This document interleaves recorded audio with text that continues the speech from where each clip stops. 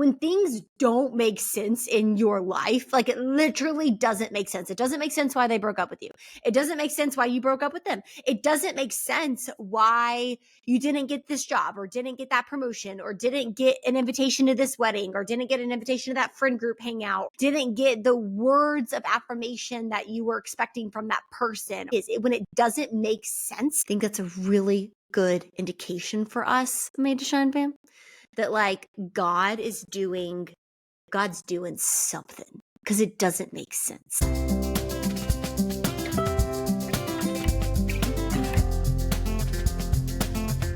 Hi friends. I'm so cold. I really am so freezing right now. I keep my apartment. Hunter makes fun of me all the time. I keep my apartment on like 65 degrees, but it's because I am my body is naturally so cold all the time, but my skin itself is a furnace. I mean, it's a weird thing. I exude body heat, but it does not go internal. Like I am freezing all the time, but my body heat is always very fiery. But at night, when I'm in bed, my body heat entraps me. And so I'm incredibly hot at night. So I put my air conditioning on so low so that I sleep well because, you're supposed to sleep in cooler temperatures. But then sometimes I forget to change it when I wake up. And like today I did. So it's freezing in here. So I'm going to have to change that. How we doing? Happy Thursday. Happy My Heart to Yours Thursday. By the time this comes out, I will be in DC, or not DC, in Chicago for a work trip, which I'm excited about. But this month has been kooky. I just all over the place. There have been some really high highs and some really not so great moments. I feel like this month, because my birthday was this month, so it's technically still my birth month. Did my friends and I celebrate last night, aka April 28th, my birthday? That was April 11th? Yes, because it's the whole month worth of celebration. But I had my birthday, which I love birthdays. I love birthdays. I love everyone's birthday. I love my birthday. And this is my philosophy. Maybe I've shared this before, but this is my philosophy around birthdays. I don't love my birthday because I'm like some conceited, cocky person that's like, it's all about me. I love birthdays because it's the greatest reminder of God's grace.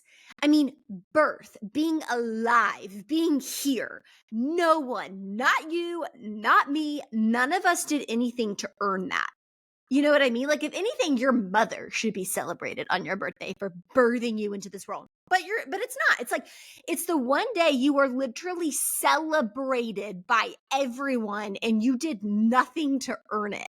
And if you're anything like me, I really have struggled in the past with confusing my worth with my work and my performance and my value with how well I kind of met certain metrics for my job or for in high school and college, my sport, or, metrics we put on ourselves, like how we look, how we act, the friends we have, the status we have, whatever have you. That is one of the most beautiful reminders you can have, that the greatest thing, the reason you're here, your birth, you didn't earn it. You didn't perform your way to it. You didn't, work your way towards it. You literally were given that, and you're celebrated for the thing that you did not do to earn. And so that's why I love birthdays. And wow, I was just so convicted. Actually, I literally had an entirely different thing I wanted to talk about today. I wrote, the title of this is called Those Looking for Healing, and I was going to share what I saw in the Bible today, but we're changing it just now because I remembered something else I want to talk about. So we are completely shifting gears.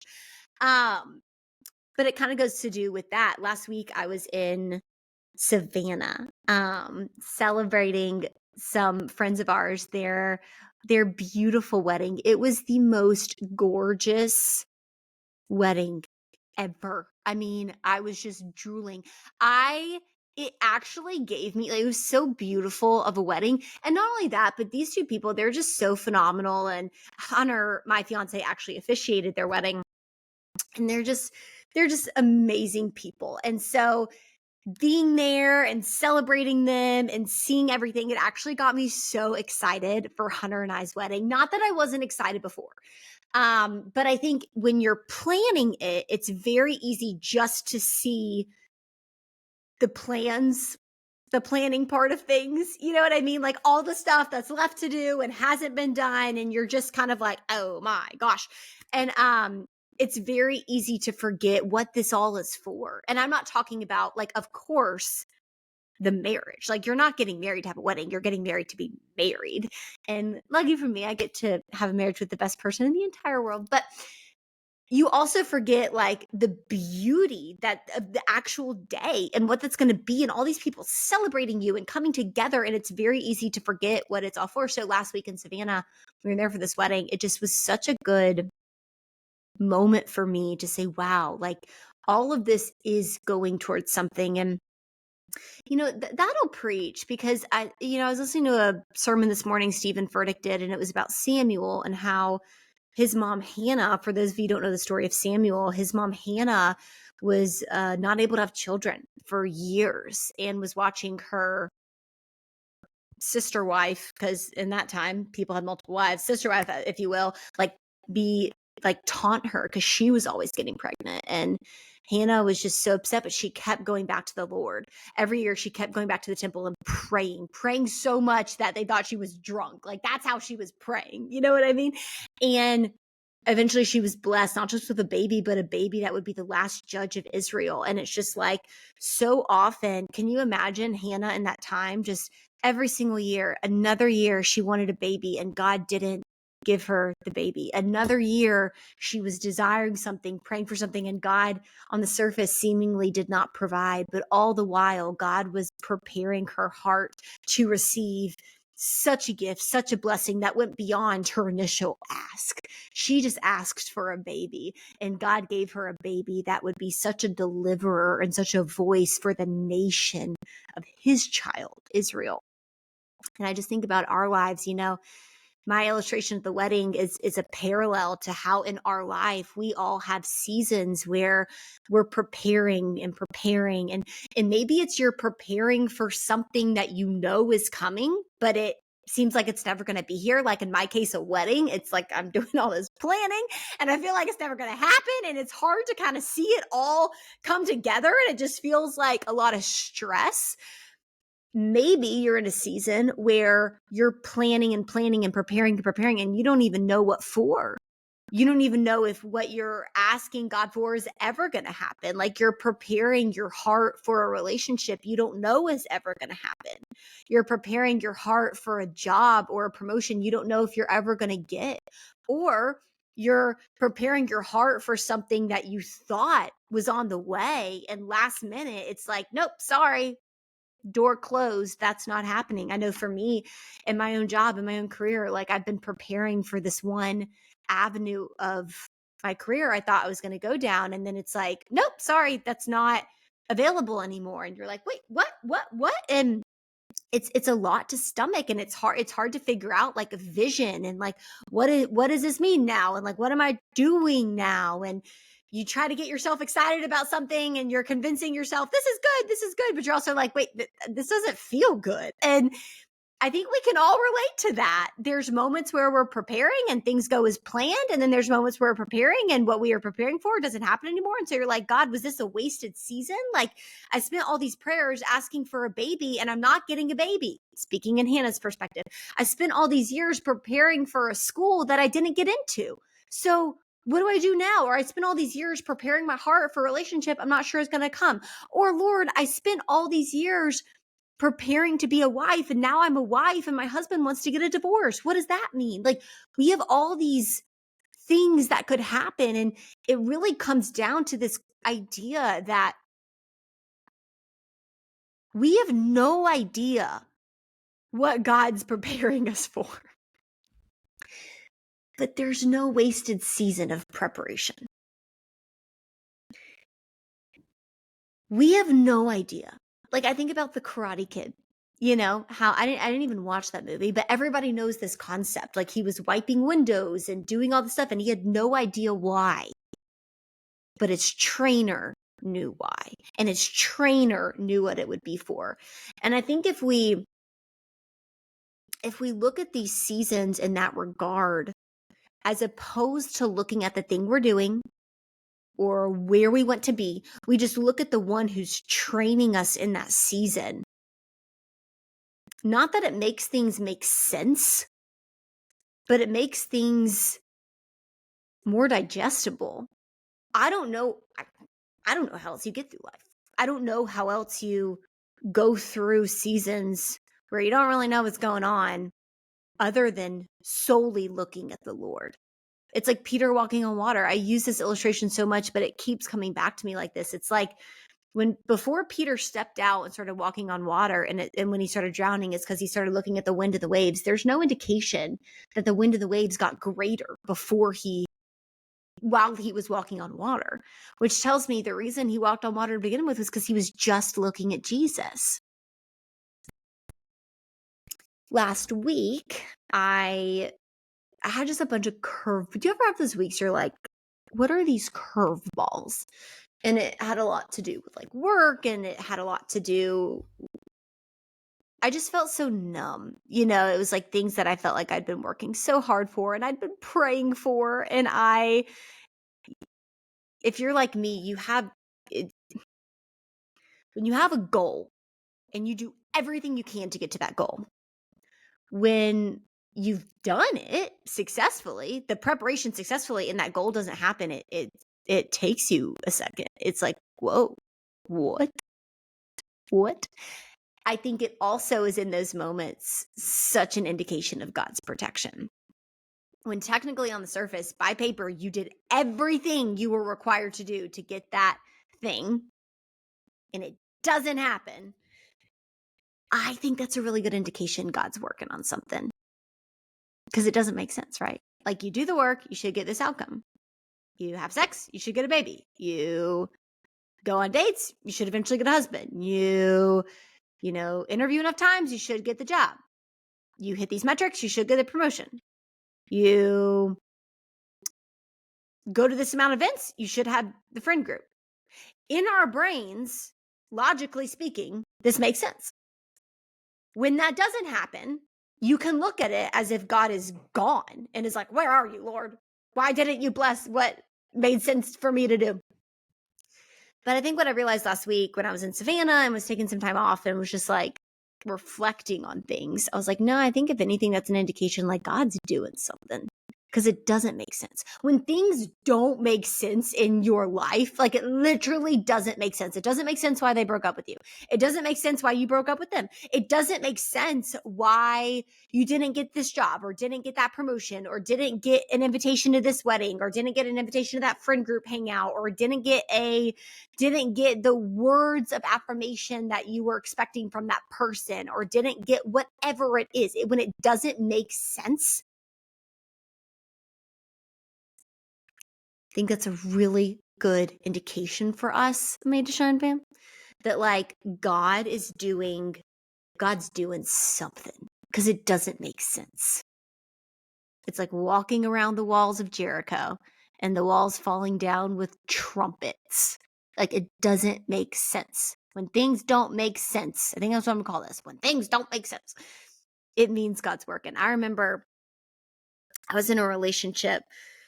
This was a guy I dated like end of my like last 2 years of college and after college. So it was a pretty serious relationship. And I remember it was right before I went on kind of like my singleness expedition, if you will. But such a good guy, like such an amazing guy, loved God, loved the Lord. Everything on paper made sense. And we were talking about like our future and what that looked like, as people do who have been dating a while and are technically at the age where it would make sense to get married or whatever have you. And I just kept waking up with these like panic, like Like my body was like telling me this, no, this ain't it. This ain't it. And I remember it was during COVID. So like my family, we were all together. And so like I was with my parents, I was with my siblings, and I was so grateful for that. I just was like, something isn't right. And I remember it not making sense because I remember telling the Lord, I just feel like I shouldn't be continuing a future with this wonderful person, but it doesn't make sense. The relationship is fine. Like it's good. It's great. We have great conversation. It's kind, honorable. Like what why does it not make sense? And I remember when we ended things, I was in this season where I was like, what just happened? Like this did not make sense. And if you're like me, you're someone that you just get in your head a lot. And so I remember before I called this amazing person for us to end things, I knew that this did not make sense, but I knew I was so confident in what I was feeling and what I was going through. I needed a reminder. Like I needed to hear my own words after the fact, or else I was afraid I was going to go back and fall back and be like, no, like take me back. I'm sorry. So I actually recorded a video to myself. So before I called him to like say like, I don't have peace about continuing this, I recorded a video to myself to remind myself, hey, I know this doesn't make sense, but I've been feeling this way for 6 months. And Annie, I need you to hear from me yourself, Annie. I still have this video on my phone, that you're not crazy. Like this doesn't make sense, but for some reason, God is telling you like, this is not the best thing for you or for him.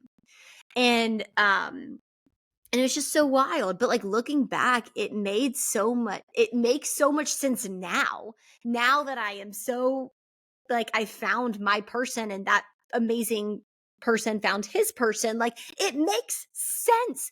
But at the time, it didn't make sense. And why do I share that with you? Because you're going to have seasons when things don't make sense. It's like, on paper, it's not adding up, and it's not adding up. And I know why it's not adding up, because I did this, I did that. No, it's when it should add up and it doesn't. I promise you God's on the move. I promise you God's on the move. And the reality of it is, and last weekend I was in Savannah, and I had like, so Hunter was at, cause he was officiating, he had to get there like 5 hours early with a bridal party. So I kind of had like an afternoon in Savannah by myself. And I actually ended up talking to my sweet father for like 2 hours on the river walk. And we were talking about a lot of things that were like hurting me currently, and all the things in my life right now, all the moments I have where it's like, this doesn't make sense. What is happening? Like what's going on? And I was just talking to him about all those and the way I was feeling. And he was like, Annie, I want to apologize. And I was like, if you knew my father, I was like, about what? And he said, I feel like the advice I've given you over the years, and he gives amazing advice. He is so wise. I just love my dad so much because he's the kind, it's like, if you need to talk for 2 hours, he will talk for 2 hours. He's not like a what's the point kind of person. He's just kind of like, let's just sit in this for a while. And so, talked for a long time, and he was like, I want to apologize because I feel like in the past, when you've brought up things, whether it's a boy or work or tennis or school, my advice to you has just been like, Annie, just don't care.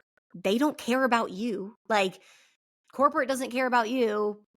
Your coach doesn't care about you. Like you care so much, and they literally just don't care. So stop caring. Like screw it. And that was always his advice. And he's like, I want to apologize for that because you do care. And what I've realized is that it takes courage to care. It's a lot easier to just numb out and say, screw it, I don't care. it takes a lot more courage to say, no, I care. I care that these things aren't lining up.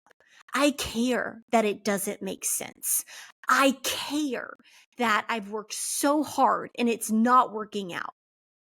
I care that I've gone to physical therapy every week for the past 6 months and I'm still in pain. I care that I've gone to marriage counseling for the past year and my marriage still feels like it's on the rocks.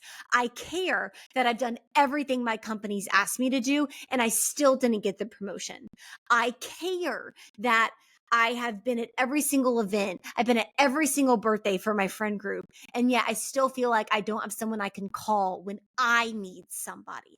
I care that I brought birthday gifts to everybody on their birthday, but no one brought one for me. I care. I care.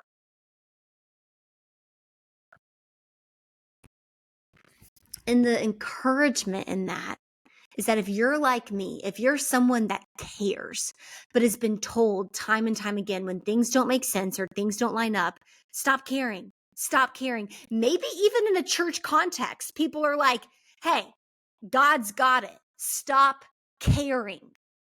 Or you've associated their advice with surrendering to the Lord as you don't care anymore.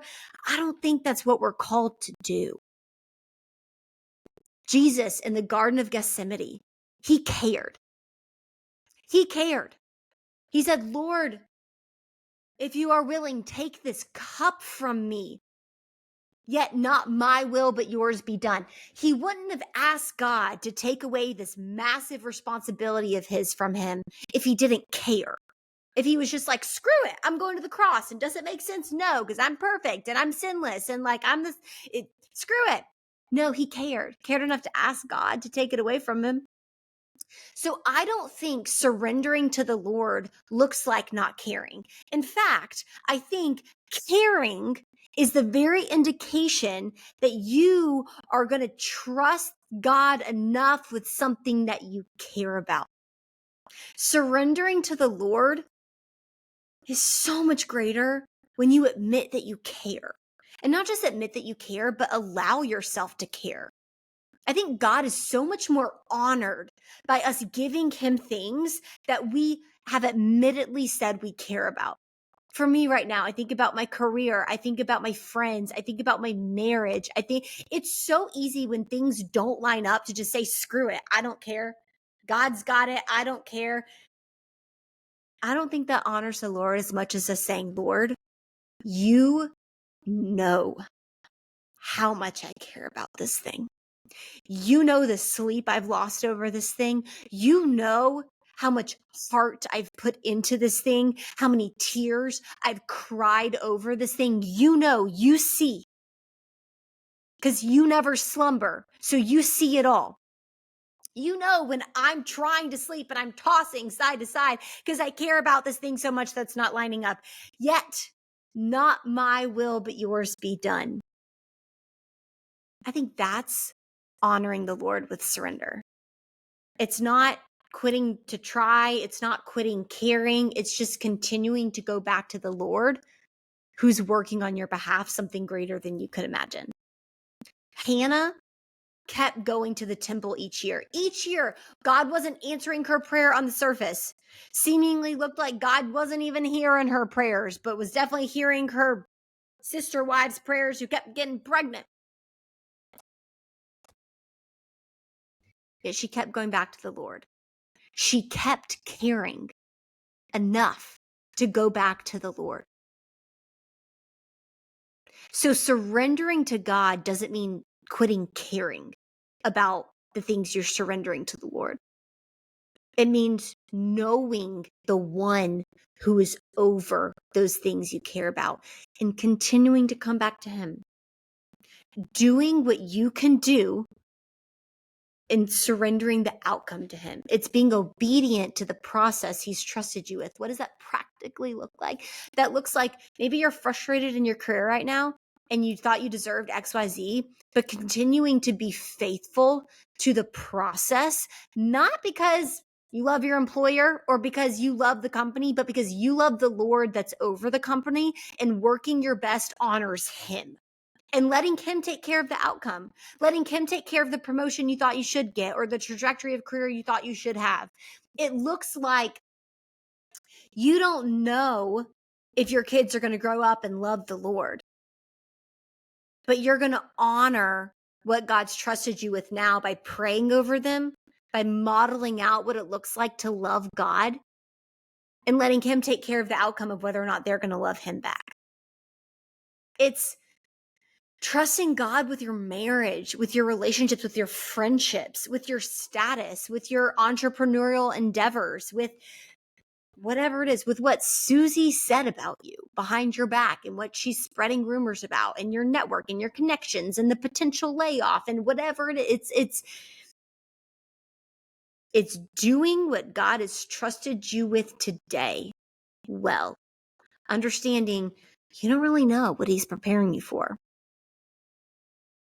But by being dutiful to what he has given you today, you honor him and letting him take care of the outcome and continuing to care about your life, care about the people you work with and serve and love, and care about your family and care about your friends. It's the courage to care